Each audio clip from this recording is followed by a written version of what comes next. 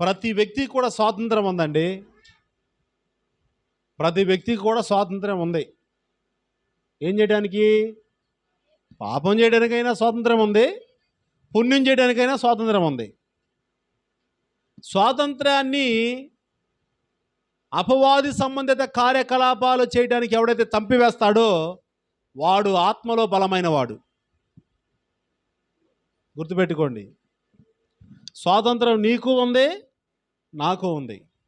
పాప విషయమై ఎవడైతే ఆ స్వాతంత్రాన్ని చంపుతాడో, నాకు ఈ స్వాతంత్రం వద్దు, ఇది పాప సంబంధమైంది, దీనిలో మాత్రం నా స్వాతంత్రం వద్దు అని తనకు తానే కత్తి పెట్టుకుంటాడో వాడు ఆత్మలో బలమైన వాడు.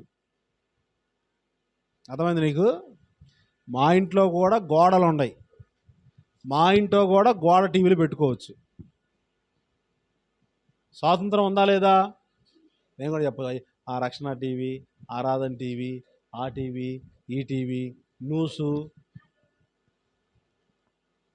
పెట్టుకొని చూద్దామని, పిల్లలు కూడా బయటికి వెళ్ళకుండా ఉంటారని. అర్థమవుతుందా?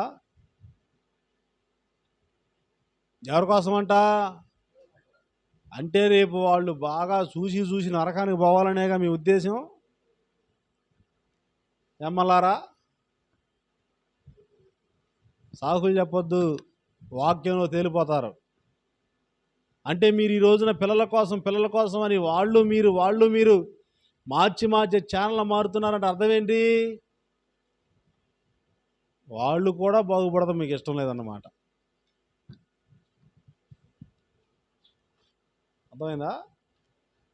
అది పాప సంబంధమైంది, పాపాన్ని బహిర్గతం చేసేది.